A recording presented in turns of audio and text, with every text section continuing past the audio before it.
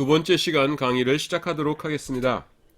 지금 세대주의적 전천년설에 대해서 살펴보고 있습니다. 그것이 잘못된 것이라는 것을 말씀드리고 있는데요. 지난 시간에는 어떤 것을 말씀드렸냐면은 7년 대환란 시대가 율법 시대의 반복이다.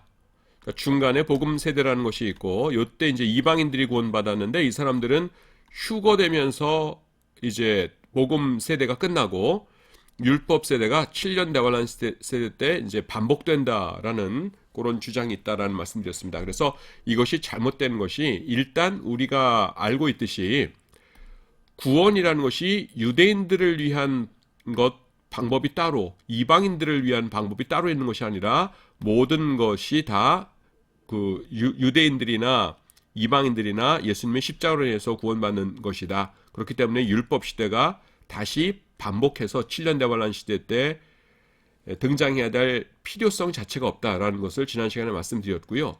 그다음 두 번째는 이 사람들도 이제 구약 율법 시대가 지금 교회 시대 혹은 복음 세대가 끝나고 그 7년 대환란 세대로 반복된다고 하면은, 제가 시대라고 했다가 세대라고 했다가, 저도 세대라는 것이 입에 붙질 않아서 그러는데 세대주의자들이 주장하는 것은 이제 세대라고들 부르고요. 그 다음에 우리는 그냥 그 시대라는 말이 익숙하기 때문에 저도 강의하다 말고서 시대 그럽니다. 여러분들 좀 이해해 주시기 바랍니다. 그 율법 세대가 이제 그 반복된다고 하는데 그것은 필요가 없다라는 거 우리는 주장을 하는데, 그 사람들은 이제 7년 대환란 세대가 율법 세대의 연장이다 이렇게 이야기하거든요.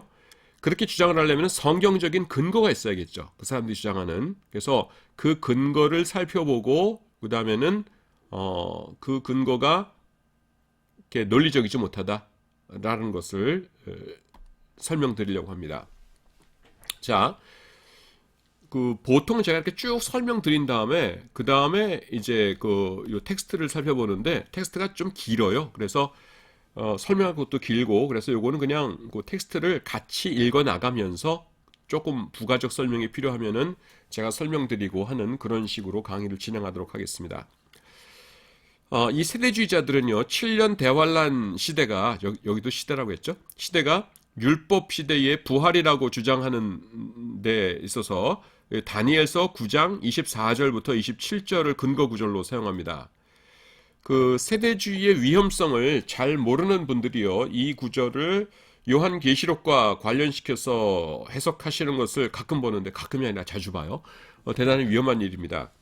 특히 이제 그 요한계시록 시리즈 설교하시거나 뭐 이럴 때에 다니엘서 요 부분하고 그 다음에는 7년 대환란 시대를 이렇게 연결해서 설명하시는데 굉장히 조심하셔야 됩니다. 왜 조심해야 되지? 지금부터 말씀드릴게요. 일단 본문을 읽어야겠죠? 다니엘서 9장 24절부터입니다.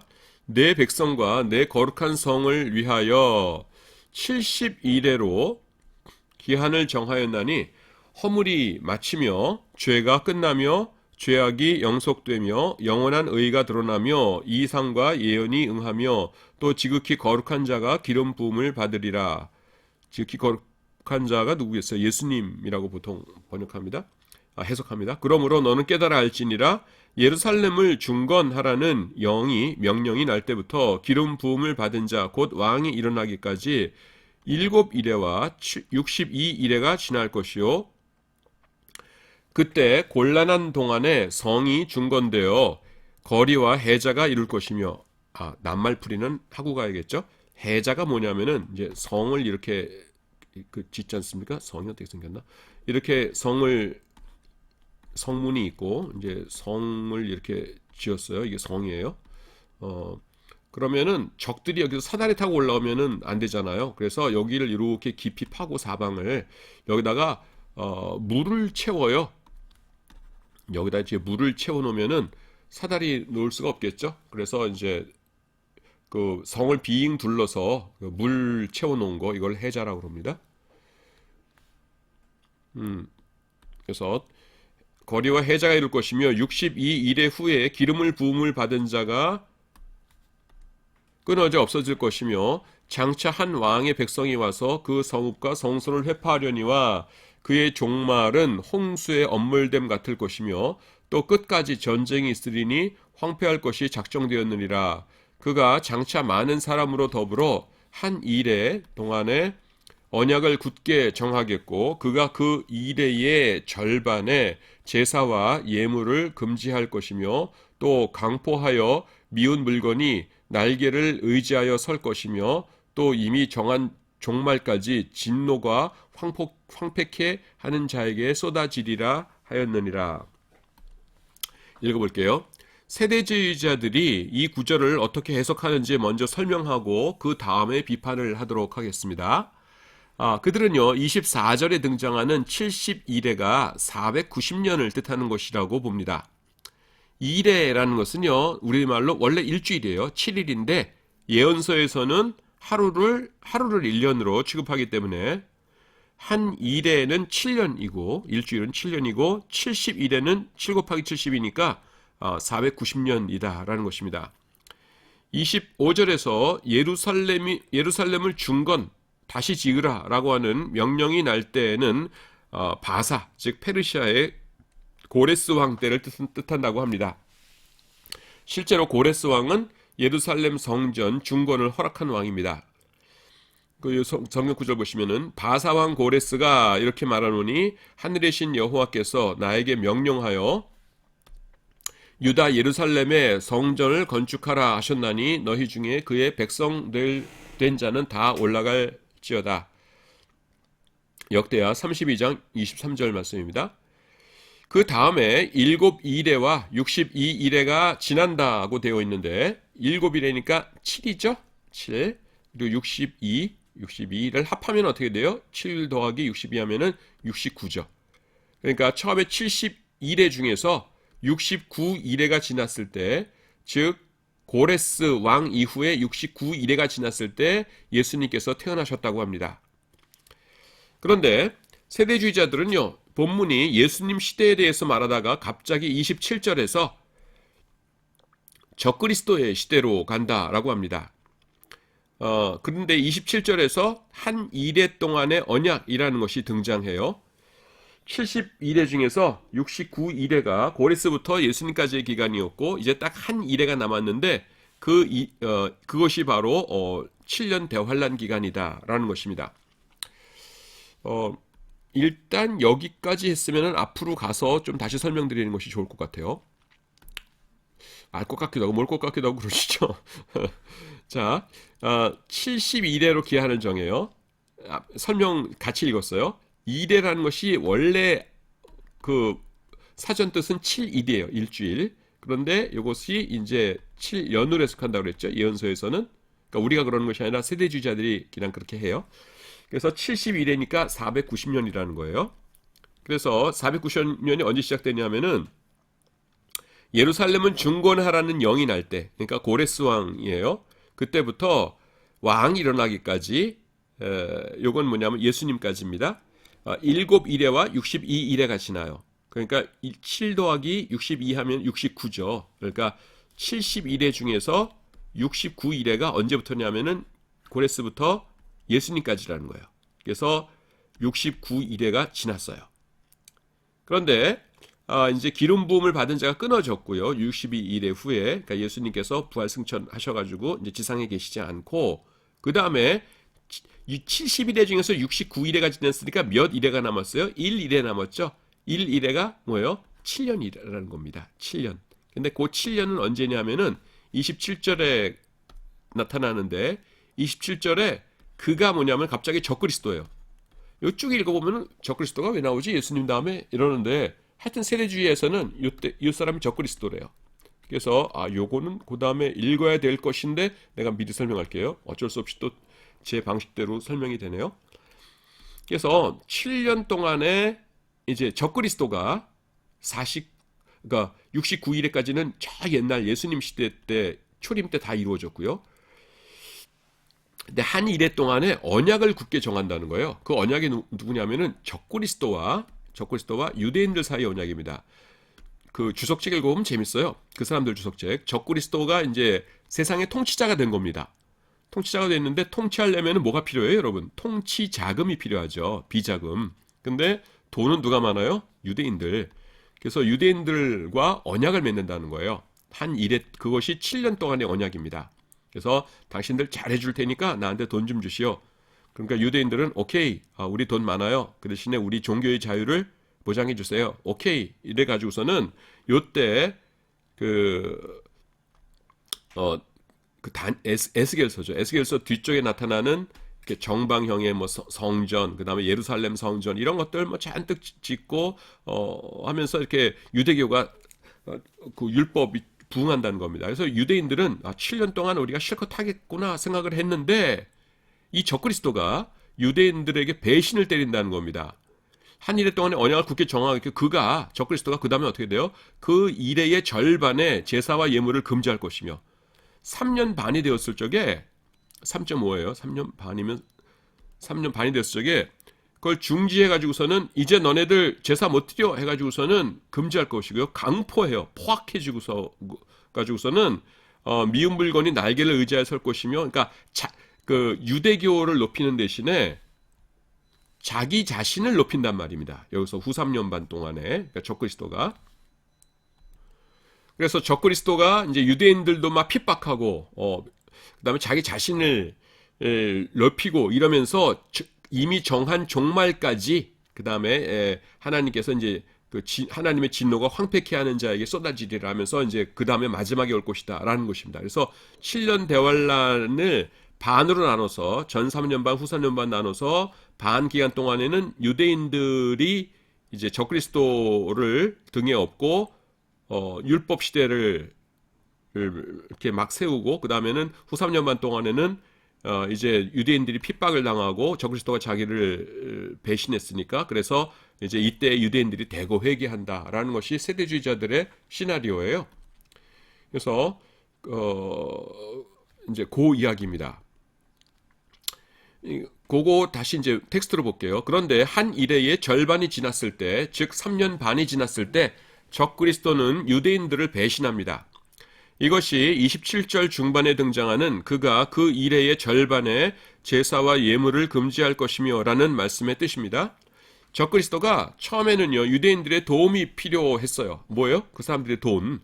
그래서 그들과 협약을 맺었지만은 나중에는 자신의 힘이 충분히 커졌기 때문에 유대인들을 배신한다라는 것입니다.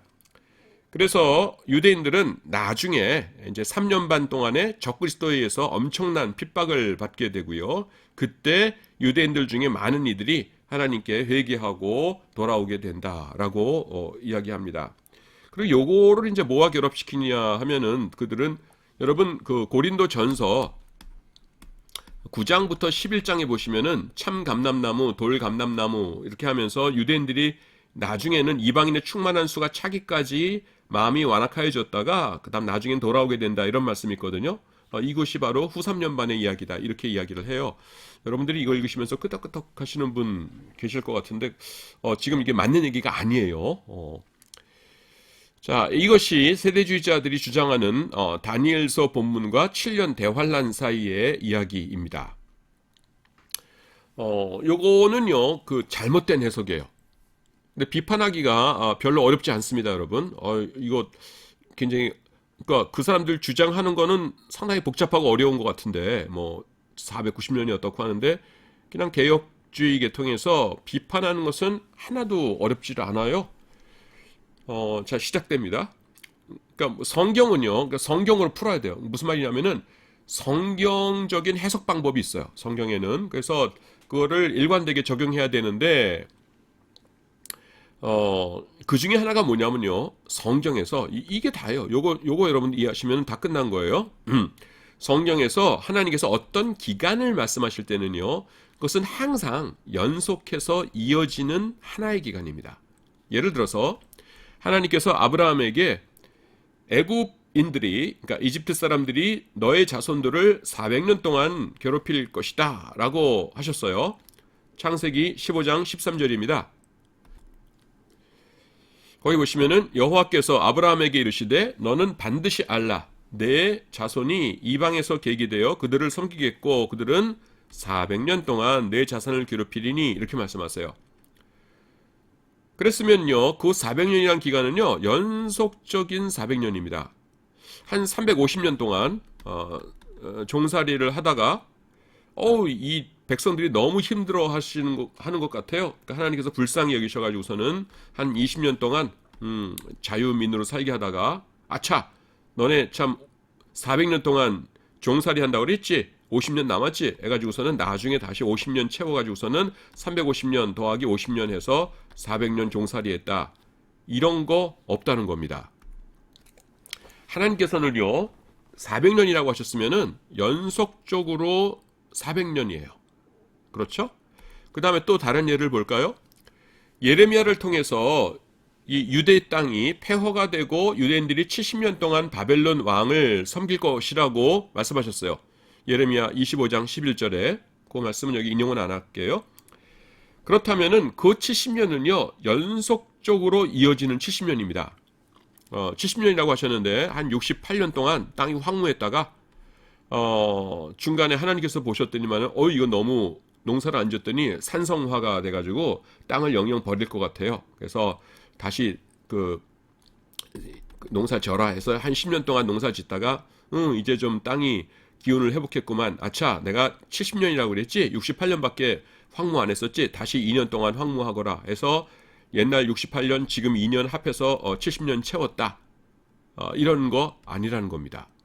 성경에서 하나님께서요, 어떤 기간에 대해서 말씀하시면요, 그것은 항상 예외 없이, 여러분 한번 창세기부터 요한계시록까지를 생각해 보세요. 그것은 100% 항상 예외 없이 연속적으로 이어진 기간을 말합니다.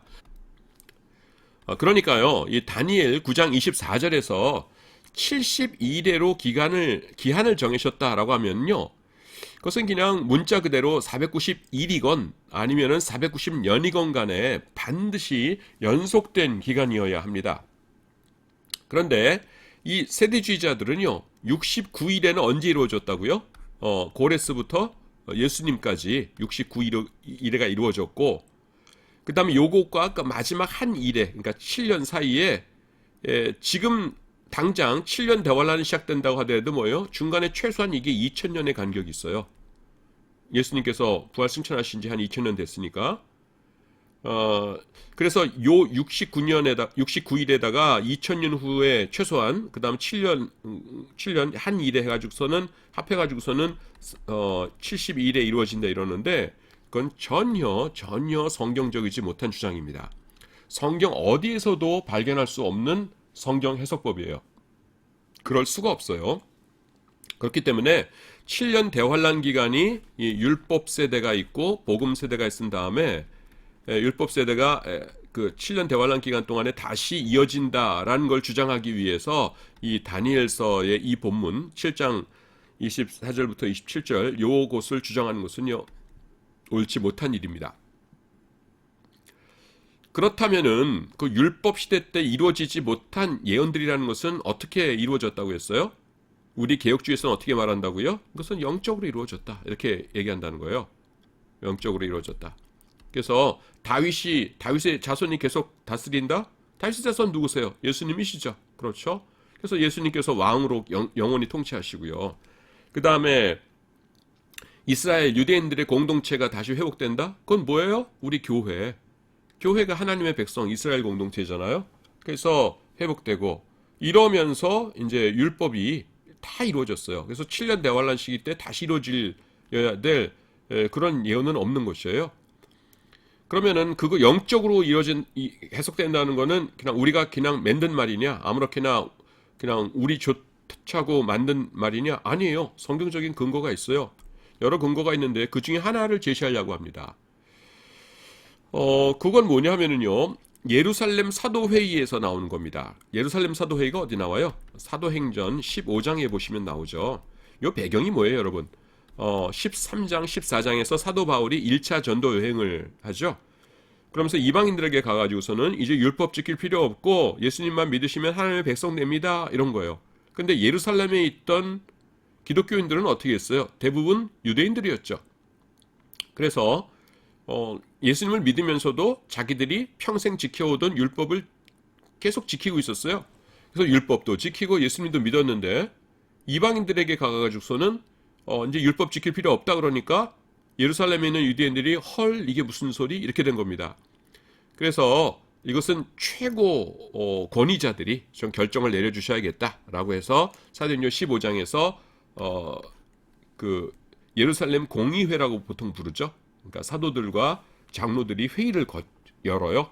그래서 나온 게 뭡니까? 당연히 사도 바울이 맞는 거죠. 오직 믿음으로죠. 그때에 야고보가, 여기 야고보는 예수님의 제자 야고보는 아니에요. 예수님의 제자 야고보는 사도행전 12장에서 그 아그리파 1세에 의해서 살해되었고요. 여기 나타나는 야고보는 예수님의 형제, 육신의 형제 야고보입니다. 이 야고보가 그 아모스서를 인용하면서, 아모스서는 이제 구약이잖아요.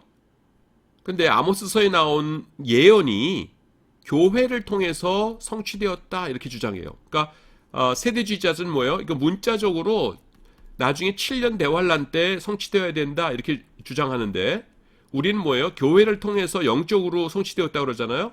근데 야고보가 아모스서의 구약 예언을 하면서 그걸 교회를 통해서 성취되었다. 이방인들의 교회를 통해서 성취되었다라고 이야기를 해요. 그 예를 들어보도록 하겠습니다. 사도행전 15장 14절부터 17절 말씀입니다. 하나님이 처음으로 이방인 중에서 자기 이름을 위할 백성을 취하시려고 저희를 권고하신 것이 시므온이 고하였으니 선지자들의 말씀이 이와 합하도다. 여기서 아모스서가 나와요. 기록된 바 이후에 내가 돌아와서 다윗의 무너진 장막을 다시 지으며 그 퇴락한 것을 다시 일으키리니 이는 그 남은 사람들과 내 이름으로 일컬음을 받는 모든 이방인들로 주를 찾게 하려 함이라 하셨으니, 이렇게 말씀하죠. 요 말씀 대충 머리에다 기억해 놓으세요. 예. 야고보가 인용하고 있는 것은 아모스서 9장 11절입니다. 여기 보시면은 그날에 내가 다윗의 무너진 천막을 일으키고 그 틈을 막으며 그 퇴락한 것을 일으키고 옛적과 같이 세우고, 이렇게 말씀합니다. 근데 요 말씀이요, 바로 직전에 야고보가 15장에서 말했던 요거와 뭐예요? 똑같죠. 다윗의 무너진 장막을 일으키고 퇴락한 것을 다시 일으켜 지으신다. 똑같죠. 예. 문자 그대로 인용하고 있어요. 그러면서 뭐라고 말씀하고 있어요? 그것이 이방인들의 구원을 말하는 것이다 라고 해석을 하고 있습니다. 그래서 요거를, 이게 뭐라고요? 이것이 뭐라고요? 야고보 해석이에요. 뭐라고 나오냐면은 모든 이방인들로 주를 찾게 하려 함이라, 이렇게 말씀하죠. 그래서 요 아모스서의 말씀이 그 천막을 일으키고, 다윗의 무너진 천막을 일으키고 듬새를 막으며, 다윗의 무너진 천막이라는 것을, 그러니까 세대주의적 관점에서 보면 어떻게 해야 돼요? 진짜로 그 천막이 이렇게 된다는 거예요. 나중에 7년 대환란 때. 그런데 그것 아니고 야고보서는 다윗의 무너진 천막이 일으켰다는 게 뭐냐? 그게 이방인들 부르시는 것이다 라고 해석을 했단 말입니다. 이방인들 부르신 게 뭐예요? 교회예요, 교회. 예, 그래서 우리 해석이 맞다는 거가 성경 자체에서 나옵니다. 그러므로 구약의 예언들은 예수님의 사역과 교회의 건립을 통해 영적으로 실현되었다고 해석하는 것이 옳다라는 것입니다. 그러므로 지금 말씀드린 건 뭐냐면은 세대주의에 대해서 이렇게 쭉 말씀드렸는데, 세대주의는 성경적이지 못하다라는 것입니다. 그래서 세대주의적 전천연설은 받아들이면 안 된다라는 것이에요. 그런데 이거 왜 이렇게 자세히 말씀드리냐면은 요 프레임 있잖아요. 7년 대환란, 그 다음에 천년왕국, 그 다음에 여기 아마겟돈, 여기 곡과 마곡의 전쟁, 요 프레임을 가지고 그냥 그 장로교나 이런 목사님들도 특히 이제 이렇게 요한계시록 강해 이런 거 하고 계실 적에 요 프레임들을 굉장히 많이 사용하세요. 근데 이게 세대주의입니다. 그래서 이 프레임 자체를 사용하셔도 되는데, 이게 뭐 성경적으로 뭐 이단이다 그러진 않은데, 요거 설명하실 때, 요 7년 대환란 설명하실 때, 요 7년 대환란 기간이 율법 시대가 다시 반복되는 것이다 라고 말씀하시면은 100% 그거는 세대주의예요. 세대주의는 뭐냐면은 예수님의 십자가를 부정한다고 해야 되나요? 그러니까 유대인들을 위하여는 십자가가 필요 없다. 율법이면은 충분하다라고 하는 그런 분들이거든요. 세대주의라는 사람들이. 근데 율법 시대가 7년 대환란 때 다시 찾아온다라고 하면은 그 세대주의를 따르는 것이 되는 겁니다. 그러니까 어, 괜히 그 세대주의에 동조하는 것처럼 되거든요. 여러분들이. 그러니까 요 부분 설교하실 일이 있거나 그럴 때에는 극히 조심하시기 바랍니다. 아시겠죠?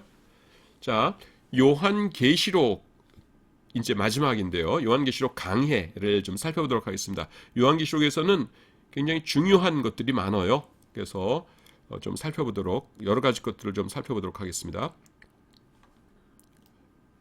계시록을 보시면은 지금 이 편제가 어떻게 되어 있냐면은 제가 이렇게 그 소제목을 달아놓고요.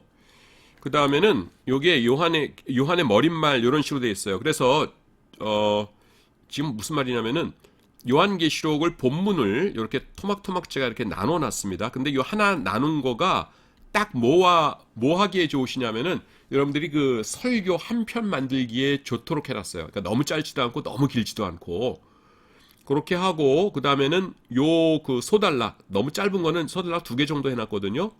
그래서 그 각 소단락마다 제목들을 이렇게 붙여놨어요. 이렇게 제목들을 붙여놨고 그 다음에는 꼭 중요한 구절에 이렇게 그 제가 해설해야 될 분들을 이렇게 해설을 이렇게 붙여놨습니다. 그래서 요거들을 이해하시고 그 다음에는 요거 단락을 여러분들이 본문으로 삼으셔가지고서는 이렇게 설교 하나씩 하실 수 있도록 이렇게 해놨습니다. 끝까지 진도 나갈 때까지 갈 수 있으면 좋겠는데 그래서 요 본문 읽는 건 안 할게요, 여러분. 본문 읽는 건 안 할 테니까 그냥 이 본문, 그러니까 요한계시록 본문이 여기 다 들어가 있거든요. 그래서 단락을 나눠서 그래서 지금 제목이라고 한 거는 지금 한 토막의 전체 제목이고요. 그 다음에는 단락이 안에서도 또 나눠져 있어요. 그러면은 요 새까맣게 이렇게 돼 있어가지고서는 단락 제목들이 있고 그 다음에는 설명도 이렇게 쭉 나옵니다. 그 다음에 이제 그 다음 것도 단락 이렇게 나와 있고 이러면서 쭉 끝까지 진행되고 있습니다. 자, 설명 가도록 하겠습니다.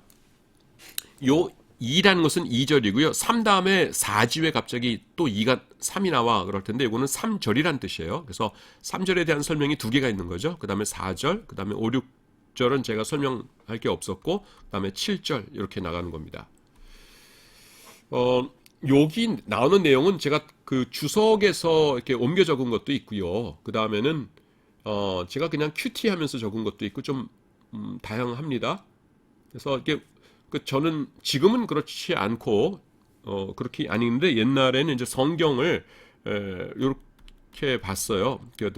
그 컴퓨터 파일로 그러고서는 써놓을 거 있으면 엔터키 딱 쳐가지고서는 제가 중간에 코멘트 이렇게 쳐놓고 하면서 한 10년 정도를 성경을 그렇게 봤어요. 그래서 그때 이 말 뜻이 뭐지 하면은 제가 주석 찾아가지고 거기다 이렇게 집어넣기도 하고 그 다음에 이제 성경 읽다가 이제 묵상하면서 이렇게 좀 써놓기도 하고 그런 겁니다. 이제 그런 것 중에서 요거는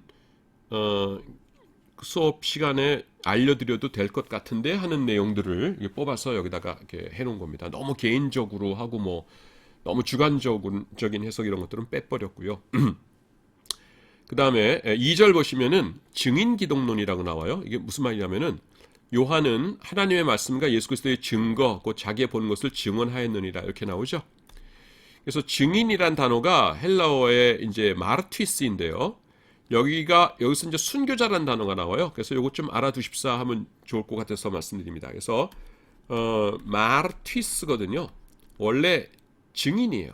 근데 영어의 그 순교자가 뭡니까? 마터죠. M-A-R-T-Y-R. 그래서 보시면은 요게 딱딱딱딱 대응이 되는데요. 요렇게 대응되죠.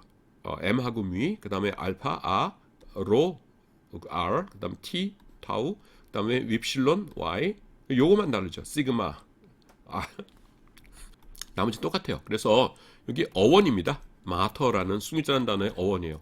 근데 조금 조심하셔야 될 거가 있는데 요렇게만 알고서 여러분들이 그 요한계시록이나 아니면은 어디 설교하시면서 여러분 증인이라는 것은 순교자를 말합니다. 성경에서 그러시면 안 돼요. 왜냐하면은 이 그 마르티스라는 단어에서 순교자라는 뜻을 갖게 되는 것은 주후 200년경이야 발생했어요. 이게 무슨 말이냐면은 어, 그 유대인들이 아까 기독교인들이 유대인뿐만 아니라 기독교인들이 로마 당국에 의해서 왜 순교를 당했냐면은 그러니까 로마 황제를 거부한 겁니다. 로마라는 나라는요 원래 일신교 국가가 아니에요. 다신교 국가입니다. 그냥 그래서 다른 나라 다른 민족 사람들이 자기네 나라 신을 섬긴다 그러면은 그냥 관용했어요. 그래라 그랬어요. 단 뭐냐면은 우리 로마 황제도 신이시니까 로마 황제에게도 신으로서의 예의를 갖추어라. 그 다음에 너네들 신 섬기는 거 뭐라고 하지 않겠다. 이렇게 한 겁니다. 근데 기독교인들이 그 말을 듣습니까? 로마 황제는 신 아니거든요. 이렇게 되는 거예요. 그래서 좀 와보세요. 재판 열 테니까. 로마 황제가 신이신가요? 아니신가요? 하면서 증인으로 불려 나와가지고서는 로마 황제 신 아니십니다. 그러다가 죽는 수가 있어요. 정말 다시 한번 말씀해 보세요. 로마 황제가 신이세요? 아니세요? 아니거든요. 이러면은 죽는 겁니다. 그래서 증인으로 마르티스 증인으로 불려 나왔다가 죽었어요. 예, 그래서 AD 200년경에 마르티스는 순교자다라는 뜻이 생겨난 겁니다. 그래서 결국 영어에 마터란 단어가 생기는 거예요. 마르티스에서. 그런데 AD 200년경 전에는요. 그냥 마르티스는 증인이었지 순교자는 아니었어요. 근데 그 200년 전이라는 게 언제냐면 성경이 기록될 당시죠. 그래서 신약 성경이 기록될 당시에 어떤 사람이 마르티스라는 단어를 썼다고 해서 순교자라는 의미는 아니었다는 겁니다. 좀 복잡합니까? 예. 그러니까 마터라는 단어의 어원이 마르티스라는 것은 맞는데요. 성경에서 마르티스라는 단어가 나왔다고 해서 여러분들이 설교하시면서 여기서 증인이라는 것이 순교자를 의미합니다. 그렇게 설교하시면 틀린다고요. 왜냐하면은 마르티스가 순교자라는 의미를 갖게 된 것은 AD 200년경에야 생긴 거예요. 아시겠죠? 네. 그 다음에 3절 갑니다. 3절의 내용은 공개 낭독을 전제로 하는 것이고 따라서 요한계시록이 교회에서 성경적 권위가 있었음을 간접적으로 암시한다. 이거는 3절을 보셔야겠죠? 외우시는 분도 있을지 모르겠지만은 이 예언의 말씀을 읽는 자와 듣는 자와 그 가운데 기록한 것을 지키는 자는 복이 있나니 때가 가까움이라 이렇게 되어 있는데 요게 문제예요. 여러분 개역 한글판 있죠? 우리 어렸을 적, 제가 강의하다가 우리라고 그러면은 50대 이상을 말합니다. 우리 어렸을 적에 읽었던 개역 한글판에는 듣는 자들이라고 해서 복수형이 있어요. 듣는 자들과. 저도 이상했어요. 새로운 성경 개역 개정판이라고 나왔는데 복수형이 단수형으로 바뀐 거예요. 읽는 자와 듣는 자와. 그래서 헬라어 성경을 찾아봤거든요. 그래서 봤더니만은 복수형이 맞아요. 헬라어로 뭐냐면은 호이 아쿠온테스입니다. 그러니까 온테스가 뭐예요, 여러분? 예, 그 현재 분사 남성 복수 주격이죠. 호이 아쿠온테스. 그리고 그러면은 단수형으로 돼 있는 무슨 뭐 다른 사본이라도 있나 하고서는 사본 비평이라는 것이 있어요. 그래서 위에 텍스투스가 나와 있고 그다음에 밑에 아파라투스라는 것이 나와 있는 그런 이제 헬라어 성경이 있거든요. 그래서 성경 아무리 찾아봐도 아무리 찾으나 말이고 찾으면은 그냥 호의가 없이 아쿠온테스만 있는 것은 있어도 아쿠온테스가 단수형 아쿠온 이렇게 있어야 되는데 단수 남성 단수 주격이면은 근데 온이라고 돼 있는 사본은 요한계시록 사본 중에서 한 개도 없습니다. 그래서 요한계시록의 모든 사본은 아쿠온테스 복수로 돼 있어요. 근데 어떻게 해서 옛날 번역 개역 한글이 더 정확하고 그 다음에 이게 요즘 새로 만든 거가 부정확하게 만들었는지 모르겠어요. 그래서 이게 뭐냐면은 교회가 있지 않습니까? 그러면 앞에서 그 성경책 읽을 수 있고 지금은 뭐 읽는 건 누구나 다 하지만 옛날에는 배운 사람만 읽었거든요. 극소수였습니다. 그래서 배운 사람이 낭독하고 나머지 사람들은 뭐 듣는 거였어요. 그래서 이 예언의 말씀을 읽는 자와 낭독자, 그 듣는 자들과 이 의미거든요. 근데 그거를 양쪽 다 그냥 단수형으로 해놔가지고서는 그 의미가 사라졌어요. 왜 그랬나 모르겠어요. 그러니까 좀 심히 유감입니다. 여기다 나오죠. 그래서 호이, 아쿠온테스 이렇게 나옵니다. 그래서 한 사람이 낭독을 하고요. 그 다음에 나머지는 이걸 듣는 거예요. 아쿠온테스, 아쿠 듣다. 그 다음에 일곱 교회입니다. 이 일곱 교회에 대해서 요런 해석이 있어요. 뭐냐면은 예수님의 초림부터 재림까지를 일곱 개로 이렇게 나눠 가지고서는, 그래서 제일 처음에 에베소 교회, 그 다음에 버가모 교회, 그 다음에 두아디라, 라우디게아, 그 다음에 사대 빌라델비아, 라우디게아, 이렇게 해가지고서는 각 교회의 상황을 일곱 개의 시대로 이렇게 했다, 이런 해석도 있거든요. 여러분들도 들어보셨을 거예요. 근데 본문 자체에 그렇게 해석해 줄 수 있는 암시가 전혀 없습니다. 예. 그리고 요 일곱 개를 택한 건 뭐냐면은 그 전체 교회의 대표로 삼은 것이에요. 그 당시 교회. 예, 그래서 교회들이 환난을 당하는 교회, 좀 환난은 없는데 영적으로 이렇게 방탕한 교회, 뭐 이런 교회들이 있었거든요. 그래서 그걸 대표로 삼은 것이지, 지금 역사 전체를 일곱 개를 쭉 나눠서 지금은 말세니까 라우디게아 교회다, 차든지 덮든지 해야 된다, 이런 설교를 저도 들어봤는데, 물론 은혜로운 설교이긴 합니다만은 성경적인 근거는 없어요. 그 다음에 맨 마지막에 7절 보시면은 그러하리라 아멘 이렇게 우리나라 말로 번역되어 있는데, 거기에 나이 이렇게 되어 있어요. 나이가 뭐냐면은 헬라어로 예스입니다. 그래서 아멘에 해당하는 헬라어예요. 그래서 요 부분을 보면은 두 언어가 동의어로 되어 있습니다. 나이, 아멘 이렇게 되어 있거든요. 그래서 주님의 재림의 확실성을 강조하면서, 나이는 헬라어고요, 한쪽은 아람어죠. 나이, 아멘 이렇게 되어 있어서 우리나라, 그러니까 엄밀하게 말하면은 아멘, 아멘이나 마찬가지입니다. 정말로 그러하다, 이건 확실하다, 이렇게 말씀하고 있는 겁니다. 그 다음에 8절에 보시면은 장차 올자 이런 표현이 있어요. 요거는요, 장차 있을 자 대신 이 어구를 사용한 것은 재림의 확실성을 강조하기 위해서이다. 주님의 재림은 환난받는 자의 인내의 원천이다, 이렇게 나와 있는데, 헬라어로 보시면은 거길 옮길 겁니다. 그 다음에 여러분 호가 나오고요. 호는 정관사죠. 그 다음에 에이미 동사, 비동사죠. 에이미 동사에 이제 세 가지 형태가 나오는데, on이에요. on 뭡니까? 현재 분사죠. on, 우사, on. 여성은 우사, 그 다음에는 중성은 on 이렇게 나가죠. 그래서 현재 분사 남성 단수 주격입니다. 분사를 남성 3인칭 단수 그렇게 하지 마세요. 분사는 명사 취급해서 남성 단수 주격 이런 식으로 파싱합니다. 그래서 on이에요. 그러니까 현재 계신자죠. 카이 n입니다. n은 뭐예요? 직설법 중에서 미완료 가구죠. mn, sn, mn, sn 이렇게 나가죠. mn, sn. 그래서 n이 여러분 나오는 제일 유명한 성경 구절이 어디입니까? 요한복음 1장 1절이죠. 요한복음 1장 1절 보시면 어떻게 돼요? n, 그 다음에 아르헤.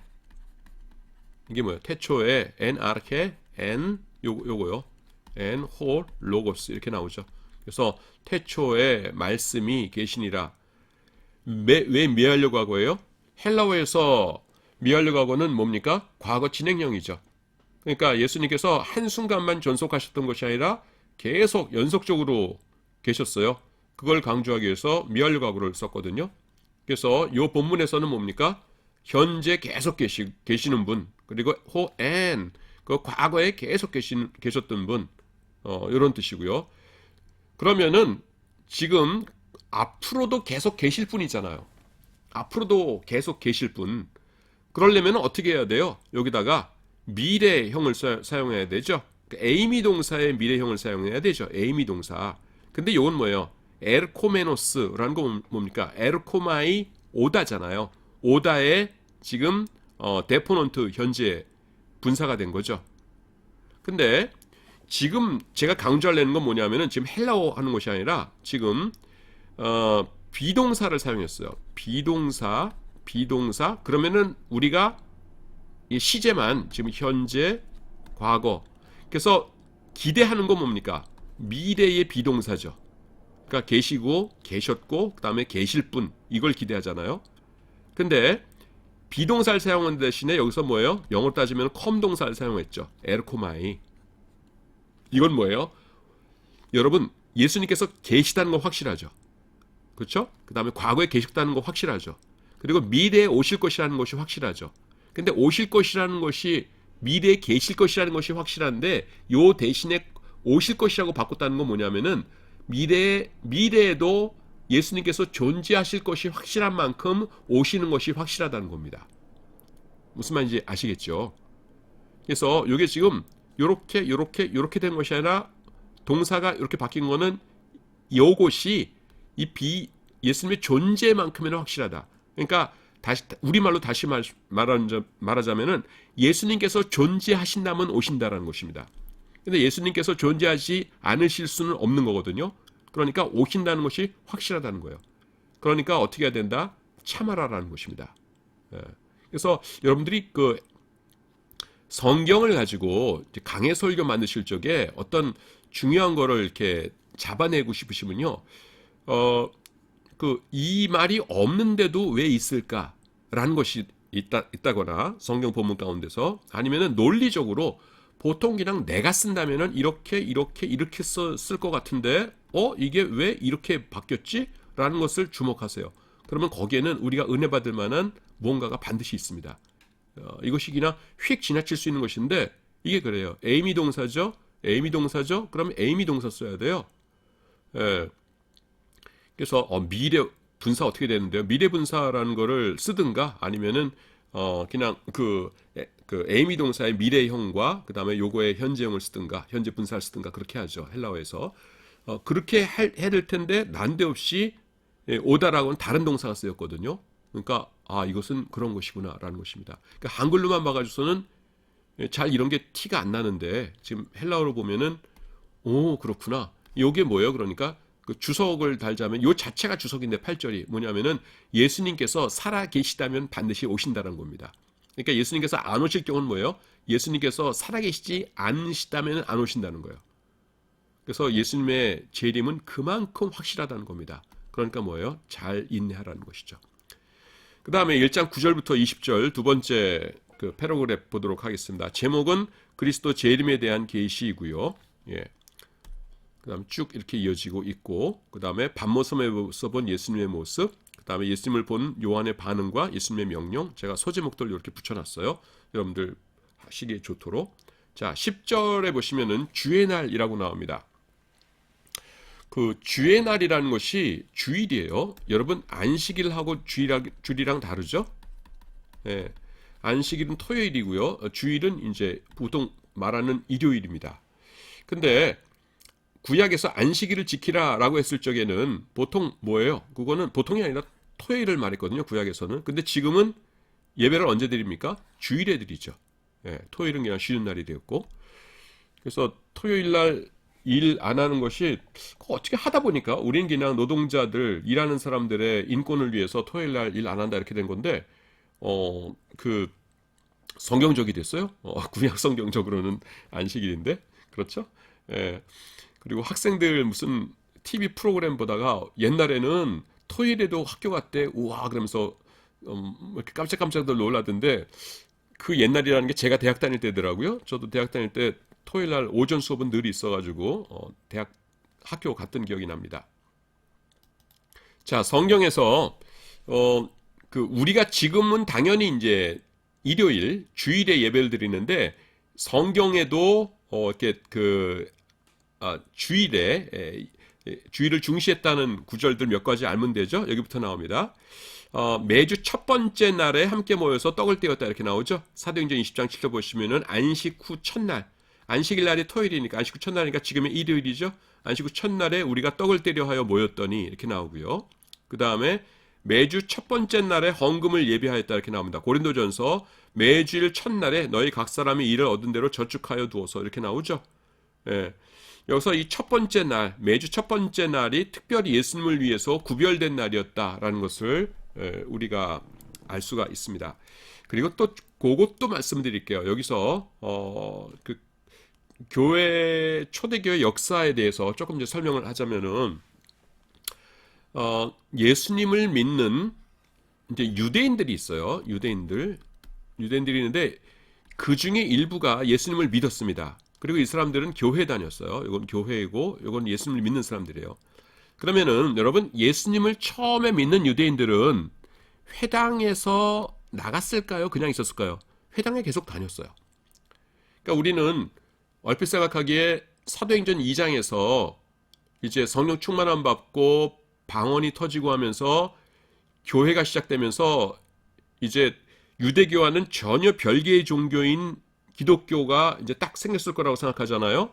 그런데 그 당시의 상황은 조금 달랐습니다. 여러분 생각을 해보세요. 그 당시의 유대인이라고. 그 당시에 이제 유대인들이 회당에서 무슨 교육을 받았냐면은 앞으로 메시아가 오시면은 잘 영접해야 된다. 메시아에게 순종해야 된다. 이런 교육을 받았어요. 하나님께서 반드시 앞으로 메시아를 보내주실 것입니다. 그러니까 여러분 메시아가 오시거든 그분께 반항하고 그분을 적대시하지 말고 그분을 잘 모셔드리고 순종해야 됩니다. 알겠습니까? 그럼 네네 하면서 어렸을 때부터 그렇게 자라났어요. 그런데 메시아를 만났어요. 누구예요? 예수님. 그래서 예수님을 믿었어요. 그러면은 이 사람은 어렸을 때부터 랍비로부터 받은 교훈을 잘 지킨 거예요. 그 교훈을 거스린 거예요. 잘 지킨 거예요. 랍비께서 메시아가 오시거든 맞아들이라고 했거든요. 그래서 맞아들였어요. 예수님을 잘 믿어요. 그러니까 이 사람이 왜 회당에서 나가요? 자기야말로 정말로 랍비의 말씀을 잘 듣는 사람이죠. 그래서 회당도 다니고 그 다음에는 교회도 다녔어요. 근데 회당 예배는 토요일 날 있었죠. 예. 그러니까 그 예수 믿는 사람들이 예수 믿는 특히 유대인들이 이방인들은 뭐 별 문제될 게 없었는데 유대인들의 경우에는 토요일은 그 유대인들과의 회당 집회의 날이에요. 그럼 자기들끼리 따로 모여야 되잖아요. 그래서 그 다음 날이 뭐예요? 일요일이죠. 주일날 모였어요. 근데 주일날은 일해야 되죠. 일해야 되니까 새벽에 모였어요. 새벽에 모여서 떡을 떼고 했어요. 근데 이 주일이 또 어떤 날이에요? 예수님의 부활을 증거하는 날이죠. 예수님의 부활의 날이죠. 그래서 의미도 있고 그랬습니다. 그래서 초기라는 건 뭐냐면은 가말리엘 2세에 의해서 예수님을 믿는 유대인들이 회당에서 쫓겨나기 전에는 그 예루살렘뿐만 아니라 이제 그 대부분의 유대인 회당에 있던 그 기독교인들의 종교 생활은 어땠냐면은 토요일 날은 회당에 가가지고서는 전도하고요. 자네도 예수 믿어야 돼. 아이고 나는 못 믿겠어. 부활하셨다니까. 난 못 믿겠는데 증인들이 있다니까 하면서 회당에 가서 전도하고 회당 예배 참석하고 그 다음 날 새벽이면은 주일 새벽에 또 교회에 모여서 떡을 떼고 예배드리고 하는 이런 일이 반복되었습니다. 그러다가 가말리엘 2세가 회당에 다니는 유대인들은 나가 이렇게 되니까 그 다음부터는 이제 완전 종교가 갈라지게 된 것이죠. 갈라지게 되니까 어떻게 됐어요? 이 둘 사이에서 논쟁이 벌어지게 됐죠. 무슨 논쟁이요? 구약 성경 가지고 논쟁이 벌어진 거예요. 그래서 너네 왜 구약 읽어? 우리야말로 구약을 제대로 아는 사람이지 하면서 논쟁이 벌어지고 그 와중에 쓰인 것이 요한복음이었다라는 말씀을 드렸습니다. 그 다음에 주의 날이라는 것이 예수님의 부활의 증거의 하나입니다. 자, 여러분 구약 성경에서 10계명에서 뭐라고 말씀하세요? 안식일 지키라고 그러시죠. 안식일은 토요일이에요. 그런데 지금 교회는 뭘 지켜요? 안식일이 아니라 안식 후 첫날. 제가 자꾸 주일 아니고 일요일 그러는데 토요일과 구별하기 위해서요. 제가 믿음이 없어서 그런 게 아니라 그러니까 일요일 날 뭐예요? 근데 그 안식일 규정을 토요일에서 일요일로 바꿀 정도라면은요. 어마어마한 사건이 있어야만 바꾸는 거죠. 근데 그 어마어마한 사건은 뭐겠어요? 예수님의 부활입니다.